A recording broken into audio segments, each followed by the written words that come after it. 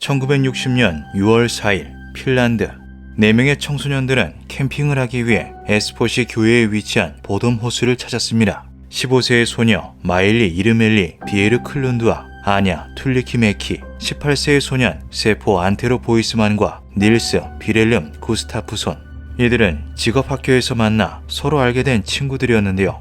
오토바이 2대에 나눠 타고 드라이브를 즐긴 청소년들은 늦지막한 오후 강가 인근의 숲속에 텐트를 치고 자리 잡았죠. 이후 소년소녀들은 늦은 밤까지 웃고 떠들며 즐거운 시간을 보냈습니다. 자정쯤 다같이 잠자리에 든 그들은 새벽 2시경 다시 깨어납니다. 닐스와 세포는 장비를 챙겨 근처 강가로 밤낚시를 갔으며 마일리와 아냐는 이야기를 나누다 텐트 앞 강가로 가 물놀이를 하였는데요. 얼마 후 낚시를 마친 소년들이 돌아오자 마일리와 아냐도 텐트로 향했고 아이들은 그렇게 긴 하루를 마무리했죠. 그리고 모두가 잠에 든 새벽 누군가 텐트 앞에 나타났습니다. 같은 날 오전 6시경 또 다른 청소년 그룹이 새를 관찰하기 위해 이른 아침부터 호숫가를 찾았습니다. 그들은 숲속을 거닐던 중 저 멀리 세워져 있는 오토바이를 발견하는데요. 보돔 호수는 관광객들이 많이 찾는 곳이었지만 그곳은 강가에서 약간 떨어진 곳이었기에 호기심이 든 이들은 가까이 다가갔죠. 그리고 오토바이 뒤로 찢어지고 무너진 텐트가 바람에 펄럭이는 것을 보게 됩니다. 홀린 듯이 텐트로 다가간 그들은 너무나도 처참한 광경을 마주하게 되는데요. 온통 피투성이가 되어버린 텐트 안에는 3명의 소년소녀들이 싸늘한 주검이 된 채로 널브러져 있었죠. 오로지 닐스만 머리에 심각한 부상을 입은 채로 간신히 숨을 헐떡이고 있었습니다. 직후 신고를 받은 경찰은 구조인력과 함께 현장에 출동하였으며 닐스는 의식을 잃은 채로 병원으로 옮겨졌는데요. 마일리와 아냐, 세포는 발견되었을 때 이미 죽은 상태였죠. 이들은 조류관찰 그룹이 텐트를 발견하기 몇 시간 전 해 뜨기 직전의 새벽에 습격을 받은 것으로 추정되었습니다. 3명의 주요 사망 원인은 모두 두개골 골절에 따른 뇌 타박상, 둔기에 인한 강한 타격이었습니다. 세포와 마일리의 몸에서는 칼에 의한 자상도 확인되었는데요. 마일리의 몸에 남아있는 자상은 무려 15군데나 되었죠. 유일한 생존자였던 닐스 또한 검사 결과 두개골 여러 군데에 골절상을 입은 상태였습니다. 턱과 광대를 둔기로 얻어맞은 것으로 추측되었는데요. 뇌진탕에서 회복되더라도 심각한 뇌손상 후유증이 우려될 만큼의 중상이었죠. 범행에 쓰인 무기는 발견되지 않았으며 피해자들의 지갑과 몇몇 물건들은 사라진 상태였습니다. 일부 옷과 닐스의 신발은 사건 현장으로부터 500m 정도 떨어져 있는 바위의 구멍 속에서 발견되었는데요. 이외의 유실물들은 주변 일대를 전부 수색했음에도 찾지 못했죠. 수사는 처음부터 난항의 연속이었습니다. 의식을 되찾은 닐스는 뇌진탕으로 인해 사건이 일어나던 당시의 기억을 완전히 잃어버린 상태였는데요. 범행에 쓰인 흉기와 피해자들의 물건을 찾기 위해 금속 탐지기와 다이버들이 고용되었으며 근처 군부대까지 동원돼 일대를 샅샅이 수색하였지만 추가적으로 발견할 수 있는 것은 없었죠. 경찰은 신락 같은 단서들을 모아가며 끈질기게 탐문을 이어간 끝에 간신히 2명의 목격자를 찾을 수 있었습니다. 비슷한 시각 호수 건너편에서 일하고 있던 목동의 캠핑장 근처에서 누군가 움직이는 것을 보았다라는 증언과 낚시 자리를 잡기 위해 호숫가를 거닐던 소년 올라비 키빌라티가 텐트가 있던 위치에서 약 50m 정도 떨어진 곳에서 금발의 남자가 지나가는 것을 보았다라고 말한 증언이었는데요. 하지만 목동의 경우 너무도 먼 거리에서 목격한 불확실한 증언이라 참고하기 어려웠고 올라비 또한 근시를 앓고 있다는 것이 밝혀지며 증언을 신뢰하기가 힘들었죠. 늦게 이루어진 사건 현장 봉쇄, 중구난방이던 조사 방향, 수많은 구경꾼들이 몰리며 유실된 현장 흔적 등 당시 열악하던 수사 환경은 사건을 더욱더 어렵게 만들었습니다. DNA 검사도 없었던 데라 과학수사에 기댈 수 있는 부분들도 많지 않았는데요. 증거품들의 조사에도 상당한 시간이 걸릴 것으로 예측되자 경찰은 세간의 비판을 무릅쓰고 최면수를 시행해보기로 하죠. 그렇게 유일한 생존자였던 닐스는 자신의 친구들을 무참히 살해하고 자신마저 죽이려고 한 범인을 찾기 위해 최면대에 오르게 됩니다. 3일에 걸친 최면 조사가 진행되었고 이 과정에서 닐스가 잃어버린 기억을 일부 되찾는데 성공하는데요. 그가 진술한 당시의 상황은 이러했죠. 모두가 잠든 밤에 어떤 남자가 텐트를 찢고 침입했습니다. 그는 칼을 가지고 있었고 쇠파이프처럼 보이는 물체도 들고 있었어요. 금발의 남자가 손에 들고 있는 것으로 우리들을 마구 구타했습니다. 놀랍게도 일전에 낚시꾼 소년 올라비가 증언했던 것과 같은 금발의 남자가 닐스의 잃어버린 기억 속에서도 등장한 것입니다. 하지만 이것은 결정적인 실마리가 되기는 힘들었는데요. 사건이 벌어진 곳은 핀란드였고 금발의 남자는 너무도 흔하게 찾아볼 수 있었기 때문이죠. 사건은 캠핑 중 끔찍하게 도살당한 10대 아이들 3명이라는 타이틀을 달고 라디오와 신문을 통해 보도되었으며 핀란드 전역에 엄청난 충격과 논란을 불러옵니다. 이것은 수사에 어려움을 겪던 경찰에게 커다란 압박으로 다가왔는데요. 발등에 불이 떨어진 경찰은 여러 정황들과 주변 일대의 증언, 닐스를 통해 얻은 일부 정보들을 한데 취합하였고 간신히 유력한 용의자 몇 명을 추려내는데 성공하였죠. 첫 번째 용의자 한스 아스만. 사건 다음 날이었던 6월 6일 아스만은 보도모수 인근에 위치해 있던 헬싱키 외과병원에 방문합니다. 그의 옷에는 검붉은 얼룩이 가득했으며 손톱 밑에는 새까만 때가 잔뜩 끼어 있었는데요. 그는 진찰을 받는 중에도 말을 횡설수설하고 어째서 이러한 모습으로 병원을 방문한 건지 묻는 의사의 말에 대답을 둘러댔죠. 당시 그를 진찰했던 의사 요르마 팔로는 그는 매우 긴장한 상태였으며 불안해 보였다고 증언하였습니다. 또한 아스만은 금발의 머리를 가지고 있기도 했는데요. 이상한 것은 뉴스에서 범인은 금발을 가지고 있다라는 내용이 보도되고 난 이후 그가 갑자기 머리를 짧게 깎은 정황이 포착된 것이죠. 머리를 자르기 전 아스만의 모습은 닐스의 증언을 토대로 완성한 몽타주와 소름 끼치도록 흡사한 모습이었습니다. 보도모수에서 약 5km 떨어진 곳에 살던 아스만은 주변 평판이 매우 좋지 않은 인물이었는데요. 독일 태생이었던 그가 KGB의 스파이라는 소문은 인근 마을 전체에 퍼져 있었고 주변 일대에서 일어난 몇몇 흉악범죄의 용의자로 의심받고 있기도 했기 때문이죠. 이러한 이유들로 인해 아스만이 범인일 것이라고 추측하는 주민들의 증언이 실제로도 매우 많았습니다. 경찰 또한 여러 정황들을 종합하여 아스만을 강력한 용의자로 두었으며 그의 주변으로 강도 높은 수사를 진행했는데요. 하지만 아스만에게는 너무나도 확실한 알리바이가 하나 있었죠. 당시 그는 아내 몰래 몇 년에 걸친 외도를 하고 있었는데 사건이 일어난 날 저녁부터 다음날 아침까지 불륜 상대의 집에서 미래를 즐겼던 것이 밝혀진 것입니다. 이것은 불륜 상대의 증언뿐 아닌 그 집에서 열린 저녁 파티에 참석한 이들 모두에게서 아스만은 그날 우리와 함께 있었다라는 추가 증언으로도 확인되었는데요. 아스만은 그날 저녁 자신의 여자친구와 같은 침대에서 잤으며 방문은 밤새도록 열려 있었다고 하죠. 파티는 그들이 잠에 든 후로도 계속 이어졌으므로 아스만이 한밤중에 아무도 모르게 몰래 빠져나가는 것은 불가능하다는 것이었습니다. 파티에 참석한 일원이었던 사레미는 자신은 아침 6시에 일어나 계속 집에 있었고 아스만은 9시경 일어나 커피를 마셨다며 그는 전날 저녁부터 다음날 아침까지 쭉 자신들과 함께 있었다고 증언하였는데요. 이 말이 사실이라면 그들의 텐트가 습격받고 있을 때 아스만은 그저 조용히 잠을 자고 있었다는 이야기가 되었죠. 이후 경찰은 아스만의 옷에 묻어있던 붉은 자국은 작업장에서 빨간색 페인트를 칠하다가 튀게 된 것이며 그가 횡설수설한 것은 술에 취한 데서 비롯되었다고 발표하였습니다.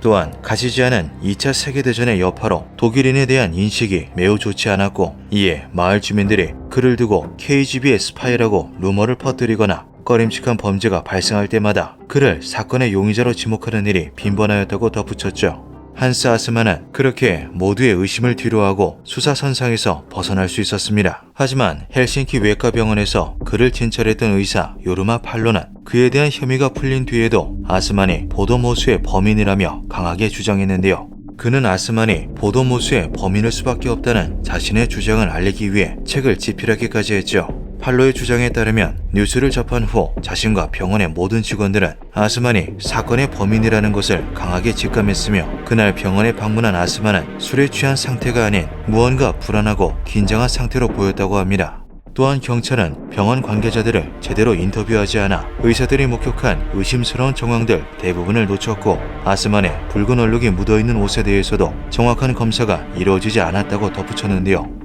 실제로 당시 경찰은 아스만의 알리바이가 성립되자 별다른 추가 조사를 진행하지 않았으며 옷의 붉은 얼룩 또한 페인트 자국이라는 아스만의 주장을 받아들였을 뿐 정확한 검사는 이루어지지 않은 것으로 밝혀졌죠. 팔로는 그에 대한 두 권의 책을 집필하고 마찬가지로 아스만이 범인이라고 믿는 전직 경감 마티 팔로아르와 한 권을 더 추가 집필하여 무려 3권의 책을 내며 그가 범인이라고 강하게 주장했습니다. 이에 대해서 경찰은 요르마 팔로의 책은 그저 상상의 산물이라며 아스만은 적법한 수사 절차를 모두 거쳤다고 말하였죠. 아스만이 범인이라고 생각하는 다른 이들 또한 그의 알리바이가 성립되었다고는 하나 불륜 상대의 증언이라는 것, 그리고 그날 파티에 참석한 이들 또한 불륜 상대의 여동생과 그 남편이었다는 것을 지적하며 그들이 입을 맞추었을 가능성을 의심했습니다. 하지만 경찰은 그를 용의선상에서 제외시킨 후 입장을 번복하지 않았는데요. 첫 번째 유력 용의자 한스 아스만은 그렇게 집으로 돌아갈 수 있었죠. 두 번째 용의자 발데마르 윌스트롬. 노점상이었던 그는 보도모스에서 약 800m 떨어진 거리에 살고 있었습니다. 그의 노점은 피해자들이 드라이브 중에 들렀던 곳이기도 한데요. 이들은 그곳에서 레모네이드와 추잉껌, 아이스크림을 샀다고 하죠. 문제는 윌스트롬이 캠핑족들을 싫어하는 것을 넘어 혐오하였다는 것입니다. 평소에도 폭력적인 성향으로 주위에서 악명이 높았던 그는 보도모스에 캠핑하러 온 이들에게 특히 더 사납게 굴었다고 하는데요. 캠핑족들이 설치해둔 텐트를 몰래 해체하거나 그들을 향해 돌을 집어던지기도 했으며 주변인들의 증언에 따르면 아예 내쫓아버리기 위해 허공에 산탄총을 쏜 적도 있다고 하죠. 그러나 윌스트롬이 유력한 용의선상에 오른 이유는 따로 있었습니다. 사건이 발생하고 며칠 후 그가 자신의 뒷마당에 있는 우물을 갑자기 메웠기 때문인데요. 이것이 증거품의 인멸을 위한 것이라 의심한 경찰은 곧장 윌스트롬과 그의 아내, 주변인들을 탐문조사하고 집을 수색했죠. 윌스트롬의 아내는 나는 그날 밤 내내 깨어 있었는데 남편도 나와 함께 있었다라고 증언하였습니다. 이후 주변을 조사하고 수색했음에도 사건과 연관 지을 만한 요소가 크게 없다고 판단한 경찰은 윌스트롬을 용의자 명단에서 제외하였는데요. 그의 캠핑족 혐오 성향과 더불어 곳곳에서 윌스트롬이 범인일 것이라는 추측성 증언이 쏟아졌지만 경찰은 이 모든 것이 그가 범인이길 바라는 주변인들의 바람으로 인한 것이라 여겼죠. 그는 모두에게 미움을 받는 사람이었기 때문이었습니다. 그러나 사건이 발생하고 난 지 9년 후인 1969년 윌스트롬이 다시금 유력 용의자로 재주목받게 됩니다. 1969년 윌스트롬이 보도모스에서 익사한 뒤 밝혀지지 않았던 사실들이 추가로 드러났기 때문인데요. 당시 증언을 거부했던 이들 중 몇몇은 그가 사건 당일날 아침 그쪽 방향에서 걸어오는 것을 보았다고 뒤늦게 증언하였습니다.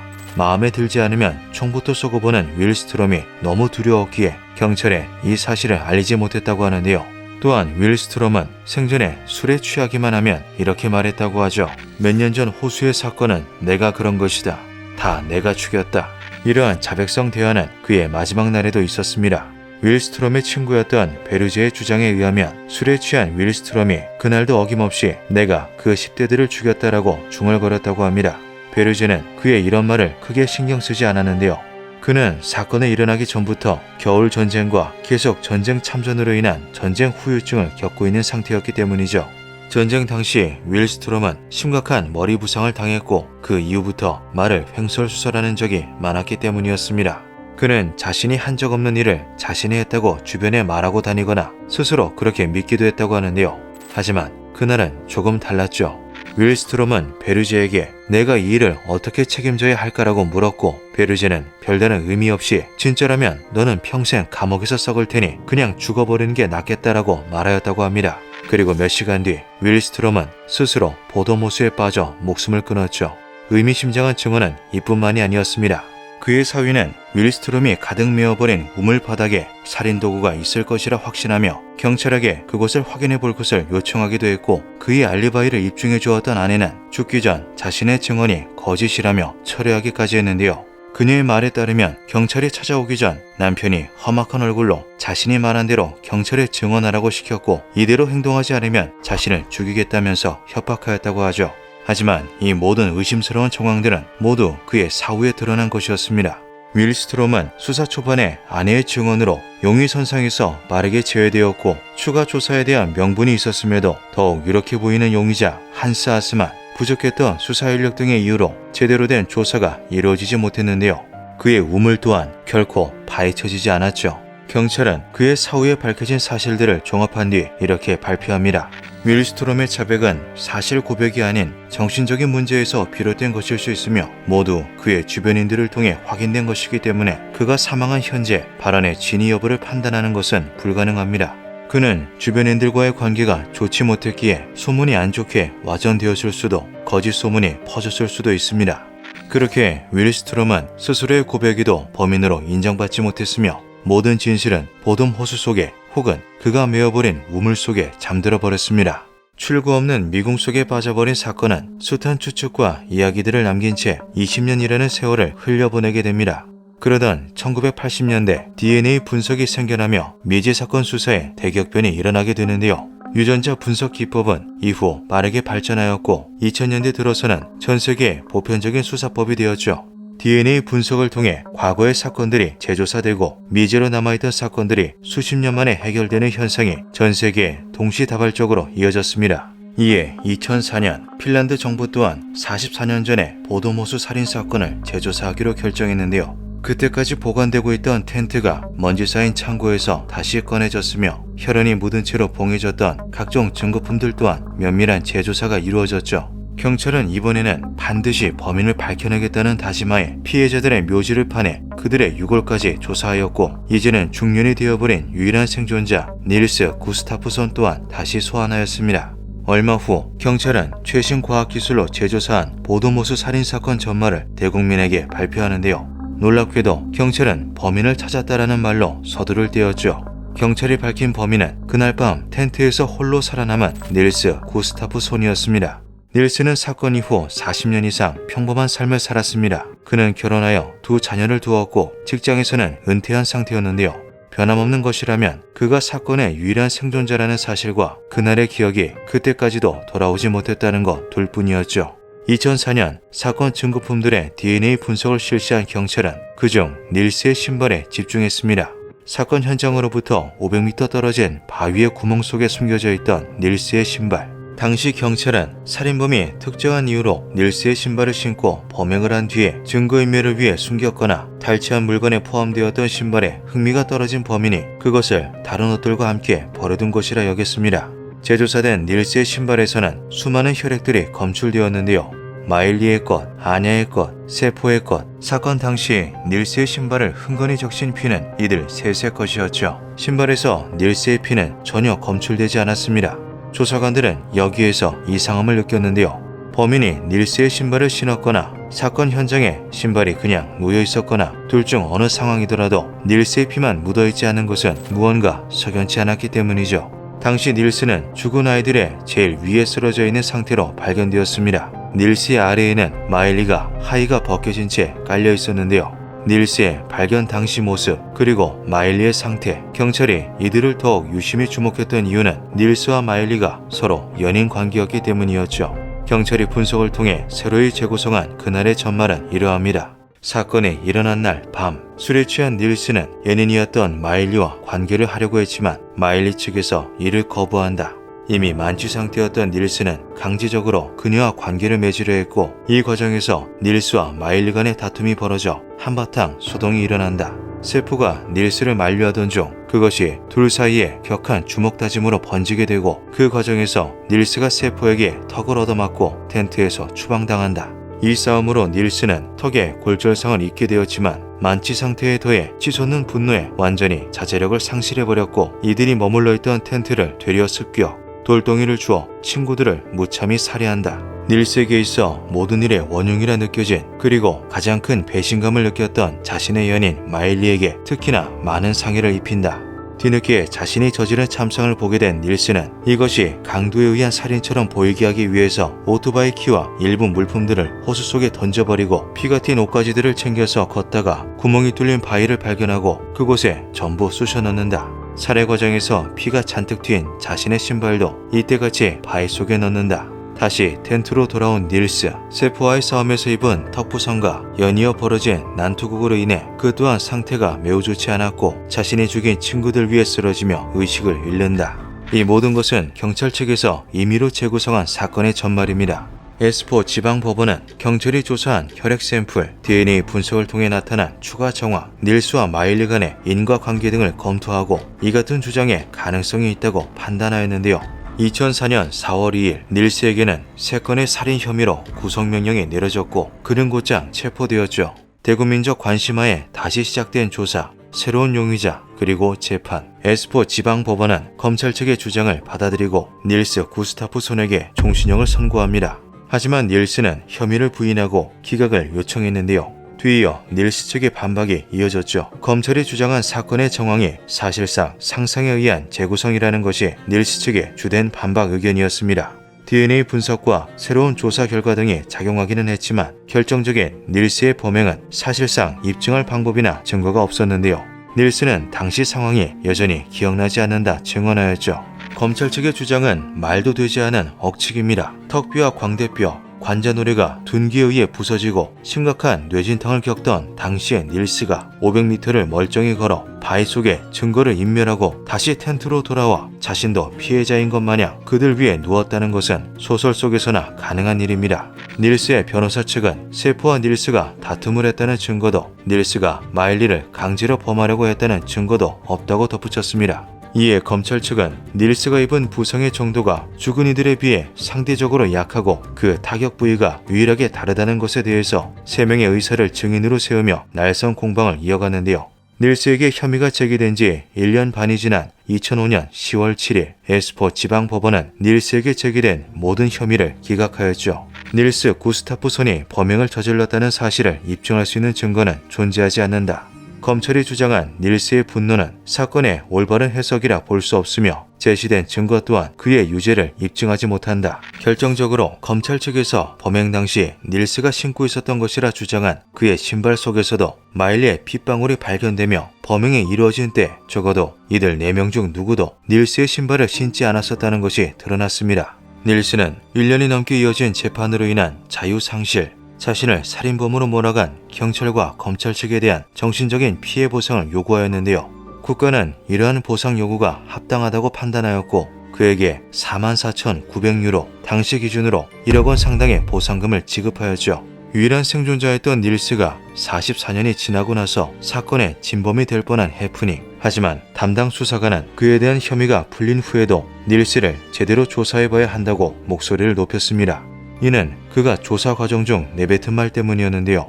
닐스가 체포되어 감옥에 갇힌 직후 그는 수사관에게 의미심장한 말을 하나 했다고 하죠. 이미 벌어진 일은 벌어진 일이고 저는 아마 15년형을 받게 되겠죠. 당시 이 말을 들은 수사관이 이것이 닐스의 자백성 발언이라 받아들였습니다. 하지만 재판장에 들어선 닐스는 수사관에게 이러한 말을 한 용의가 무엇이냐는 검찰 측 질문에 기억이 나지 않는다. 만약 그런 말을 했다면 그냥 현 상황에 대한 자책성 농담이었을 것이다 라고 답하였는데요. 닐스의 해당 발언은 정식 수사일지에는 기록되지 않은 말이었기에 법원 또한 해당 진술의 진위와 맥락이 불분명하다고 판단, 유죄 진술로 채택하지 않았죠. 결국 사건은 64년이 지난 지금까지도 해결되지 못하고 미제로 남아 있습니다. 보돔 호수 살인 사건은 핀란드에서 가장 많이 조사된 범죄 사건이기도 한데요. 사건의 진실에 드리워진 두터운 장막은 아직도 거쳐질 기미가 보이지 않고 있죠. 몇 년 전 한 장의 사진이 인터넷상에서 크게 논란이 된 적이 있습니다. 이것은 보돔 호수 사건 피해자들의 장례식 때 찍힌 사진인데요. 이 중 중앙에 보이는 남성이 닐스의 최면을 통해 그려진 몽타주와 너무도 닮았다는 것이었죠.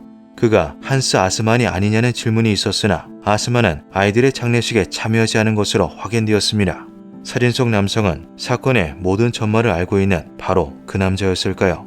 아니면 그저 소년 소녀들을 애도하기 위해 장례식을 찾은 지역 주민이었을까요? 20세기 말 그때까지도 사건을 놓지 않고 조사하던 수사관들은 입을 모아 이렇게 말했습니다. 이 사건의 진범을 밝혀낼 수 있는 유일한 방법은 그가 자백하는 것뿐입니다. 핀란드 최악의 미제라 불리우는 보돔 호수 살인 사건. 그 진실은 지금도 차가운 호수 속에 잠들어 있습니다. 기묘한 밤이었습니다.